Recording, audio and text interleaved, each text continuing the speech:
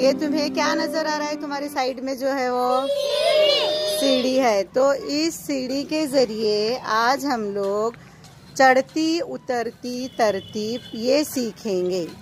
सीढ़ियों पर चढ़ते हुए चढ़ती उतरती तरतीब को सीखेंगे। तैयार हैं बच्चों? Yes teacher. हाँ।